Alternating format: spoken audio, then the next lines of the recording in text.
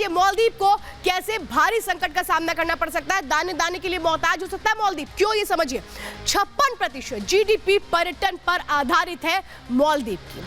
2021 में अगर बात करें तो 3.49 बिलियन डॉलर की कमाई की गई थी मालदीव की ओर से।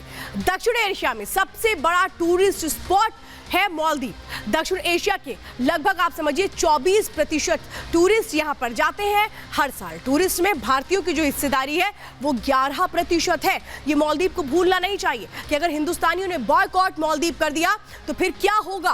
पंगा बहुत बहुत बड़ा होगा भारत के साथ। जो पंगा ले चुका है मालदीव, उसके मायने क्या है ये मैं आपको बता रही हूं। किस तरह से बड़ा झटका लग सकता है मालदीव को। मालदीव अपनी अर्थव्यवस्था को कैसे संभालेगा, सवाल तो उसके आगे सबसे बड़ा ये भी हो जाता है। अब इसके मायने समझिए। 2018 में अगर आप देखेंगे तो 90,474 पर्यटक गए थे, जो 2019 में बढ़ गए थे। 2019 में लगभग आप समझिए कि जो पर्यटकों की संख्या थी वो 1,80,000 थी। तो 2020 में कैसे यही आंकड़ा बढ़ करके, हालांकि कम हुआ था कोविड की वजह से, जो लोग हैं उन्होंने अपना ट्रिप कैंसिल किया था, टिकट्स नहीं हो पा रहे थे और इसीलिए आंकड़ा कम था, लेकिन फिर भी ज्यादा था। आप समझिए 2021 में कैसे छलांग लगा दी पर्यटकों ने मालदीव के लिए। 2,91,000 पर्यटक पहुंचे थे। 2022 में जो ये संख्या है ये 2,41,000 हो गई। 2023 में अगर अभी तक 2023 पिछले साल अगर देखेंगे तो 1,93,000 पर्यटक गए थे मालदीव। यानी इतने लोगों ने होटल बुकिंग कराई होगी, इतने लोगों ने जाकर के वहां पर क्या घूमे होंगे, वो अलग अलग जगहों पे गए होंगे और इसका सीधा सीधा फायदा किसको मिला होगा, मालदीव को मिला होगा। क्योंकि जो उसकी अर्थव्यवस्था है, जब इतने सारे पर्यटक जाएंगे तो नो डाउट बढ़ेगी। लेकिन अगर यही ग्राफ नीचे गिर जाए तो फिर क्या होगा। मालदीव को अब शायद ये समझ में नहीं आ रहा होगा कि जो वो चीन को अपना साथी समझता है, क्या चीन अब उसको डूबने से बचा लेगा। ठीक है, सबसे ज्यादा ऋण चीन ने उसको दिया है, लेकिन क्या चीन अब भारत के साथ जो पंगा हो चुका है उस पे संभाल लेगा मालदीव को। अब समझिए मालदीव में प्राकृतिक संसाधन बेहद कम है, इसीलिए उसकी निर्भरता भारत पर बहुत ज्यादा है। ज्यादातर चीजों के लिए वो आयात पर निर्भर रहता है, यानी कि बाहर से मंगाता है। वो चावल, फल, सब्जियां, मसाले भारत से आयात किए जाते हैं। तो वही इंजीनियरिंग उत्पाद, दवा, चिकित्सा उपकरण, ये तमाम चीजें भी भारत से ही जाती हैं।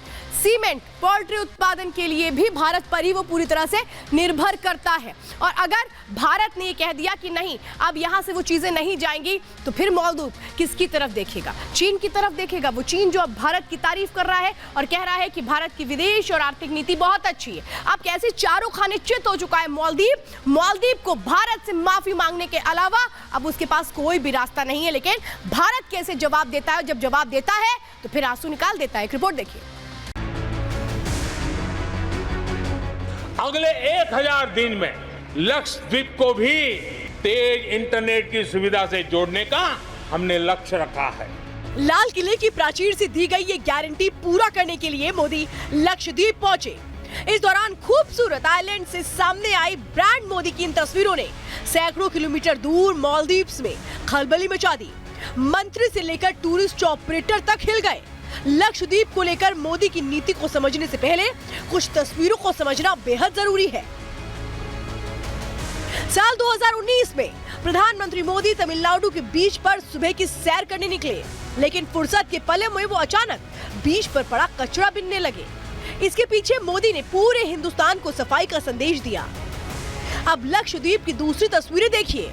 फुर्सत के पलों की इन तस्वीरों को देखकर हर कोई सोचेगा कि मोदी समुद्र के किनारे आराम कर रहे हैं, फुर्सत के पलों में वाटर स्पोर्ट्स का लुत्फ उठा रहे हैं।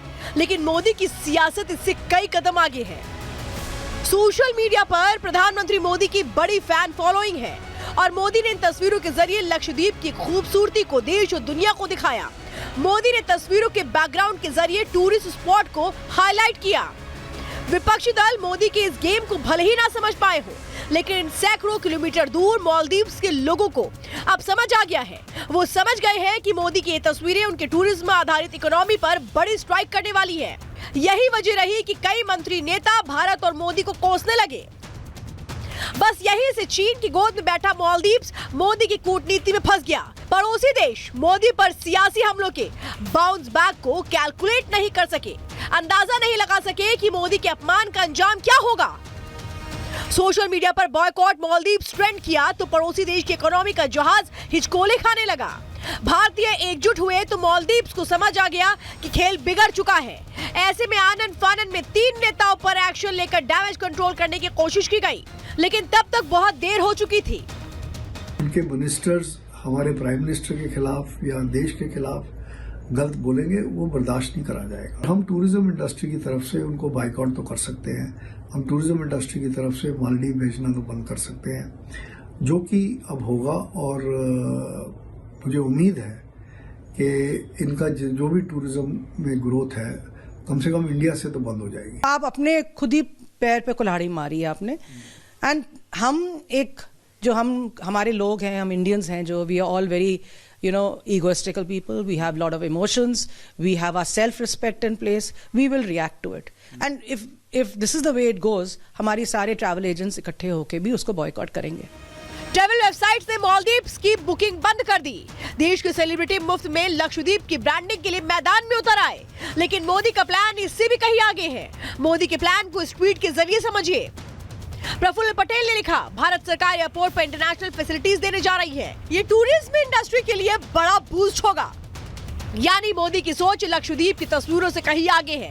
वो न केवल चीन की गोद में बैठे मालदीव्स को सबक सिखाने की ठान चुके हैं, बल्कि भारत के टूरिस्ट स्पॉट को भी ब्रांड मोदी से कनेक्ट कर टॉप पर ले जाना चाहते हैं। Bureau report, Republic Bharat.